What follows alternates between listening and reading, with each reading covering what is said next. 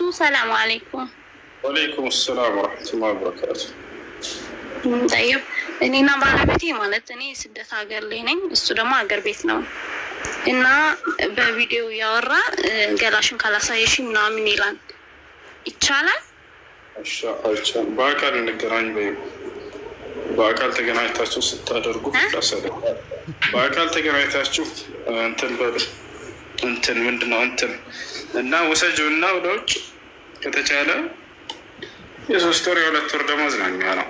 እንደምን ጨክነሽ ወሰጁና አብራችሁ ህይወትን ቀጥሉ። እሺ አይቻልም ሳ ሻምስ ይገናል።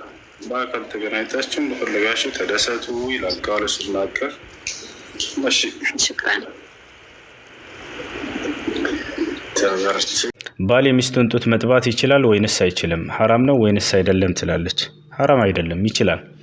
ባል የሚስቱን ጡት መጥባት ይችላል፣ አልተከለከለም። ቁርአንም ላይ ሐዲስም ላይ ዑለሞችም ተጠይቀው ይቻላል ብለዋል። ስለዚህ ችግር የለውም፣ መሳም ትችላለህ የሚስትህን ጡት።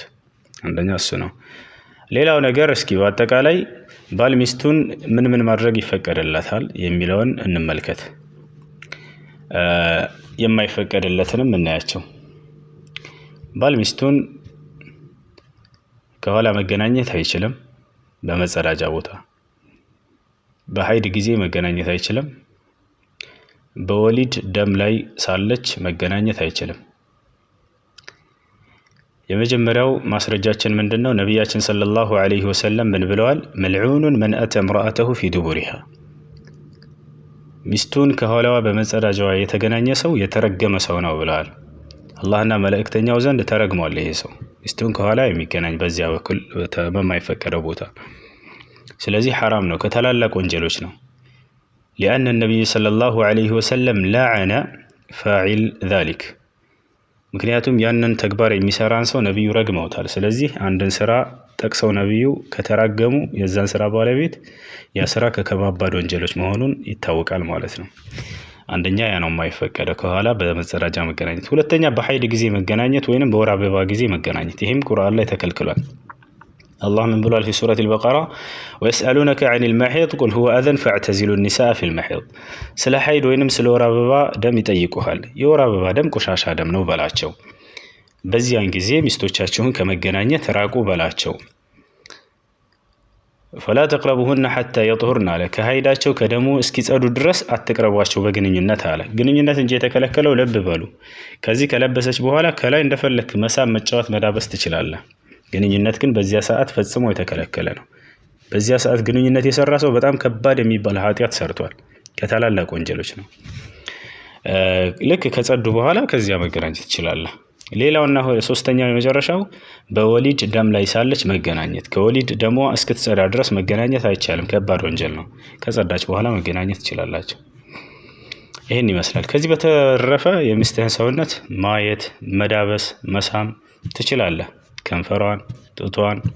ነገር ግን ብልትን መሳም የሚል በተመለከተ ዑለሞች ተጠይቀው ነበር። ሃይማኖታችን እፍረት የሚባል ነገር የለም፣ ግልጽ ያስቀምጥላቸዋል። ተጠይቀዋል። ይሄን ዑለሞች አይቻልም ብለው ፈትዋ ሰጥተዋል። ምክንያቱም ቁርአን የምትቀራበት ሶላት የምትሰግድበት ነው አንደበትህ። በዚህ መሳሳም ያንን ቦታ አይቻልም። ሴት ልጅ ሰርታ ባመጣችው ገንዘብ ለባሏ የማካፈል ግዴታ አለባት እንዴት ላለች? ይህን ጥያቄ ባለፈው ተጠይቄ መልሼዋለሁ፣ ልድገምላችሁ። ሴት ልጅ በምትሰራው ገንዘብ ወይንም ባላት ገንዘብ የፈለገ ሀብታም ብትሆን ለባሏ የማካፈል ወይንም የመስጠት ግዴታ የለባትም።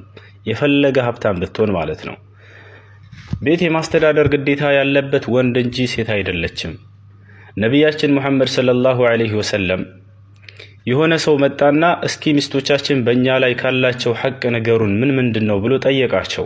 ከዚያም እርሳቸው ምን ብለው መለሱለት? አንተ ጡዒመሃ ኢዛ ጣዒምት አሉት። ስትበላ ልታበላት አሉት። ስትበይ ልታበዩ አይደለም ያሉት፣ ስትበላ ልታበላት። ወተክሱሃ ኢዛ እክተሰይት አሉት። በምትለብስ ጊዜ ልታለብሳት። ስለዚህ ከዚህ ምን ትረዳላችሁ? የቤት ወጭ ማስተዳደር ያለበት የማብላት፣ የማልበስ፣ ሁሉን ነገር የማሟላት ባል ላይ እንጂ ሚስት ላይ አይደለም በፍጹም። የፈለገ ሀብታም ብትሆን ማለት ነው።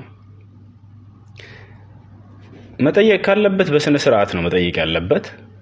የሆነ ጉዳይ ካለው ለምሳሌ እንዲህ አይነት ጉዳይ አለኝ ለዚህ ጉዳይ ፈልጌ ነበር ትሰጪኛለሽ ብሎ መጠየቅ ይችላል።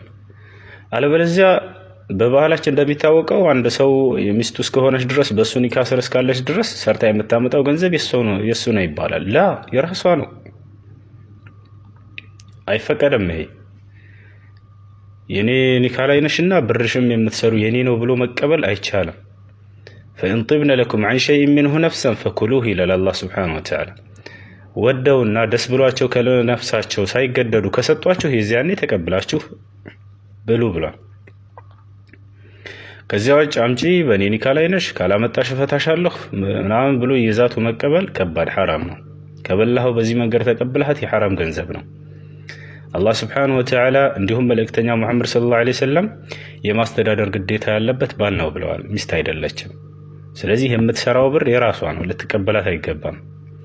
በስነ ስርዓት እንደተናገርኩት ለዚህ ጉዳይ አስፈልጎኝ ነበር ትሰጪኛለሽ ብሎ ይጠይቃት። ከዚያ ከሰጠችው ይቀበል። ዝቶ አስፈራርቶ እፈታሻለሁ ምናምን ብሎ ራሱ መቀበል አይችልም፣ ሐራም ነው። ይህን ይመስላል። አሰላሙ አለይኩም ወራህመቱላሂ ወበረካቱ። ባል ሚስቱን በሚገናኝ ጊዜ ቢስሚላህ ብሎ ነው ወይ የሚገናኘው ትላለች። አዎ ነቢያችን ሰለላሁ ዐለይሂ ወሰለም አንድ ባል ሚስቱን በሚገናኝ ጊዜ ቢስሚላህ اللهم جنبنا الشيطان وجنب الشيطان ما رزقتنا ይበል ብለዋል። ትርጉሙ ምንድነው? ቢስሚላህ ማለት በአላህ ስም እንደማለት ነው።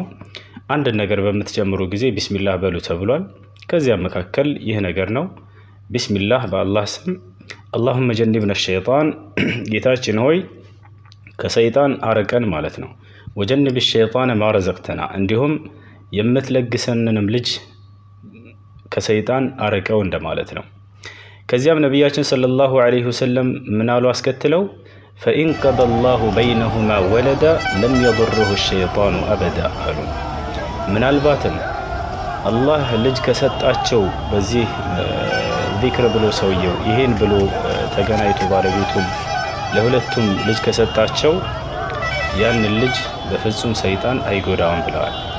በፍጹም ሰይጣን አይጎዳም ብለዋል። እና ይሄንን ዚክር ማለት ከመገናኘታችሁ በፊት አንደኛ ከሰይጣን እንድትርቁ ያደርጋችኋል፣ ሁለተኛ ደግሞ ልጃችሁንም ሰይጣን እንዲርቀው ያደርገዋል፣ ሰይጣን እንዳይጎዳው ይሆናል በአላህ ፍቃድ። ይሄንን ማለት አለባችሁ ማለት ነው። ቢስሚላህ اللهم جنبنا الشيطان وجنب الشيطان ما رزقتنا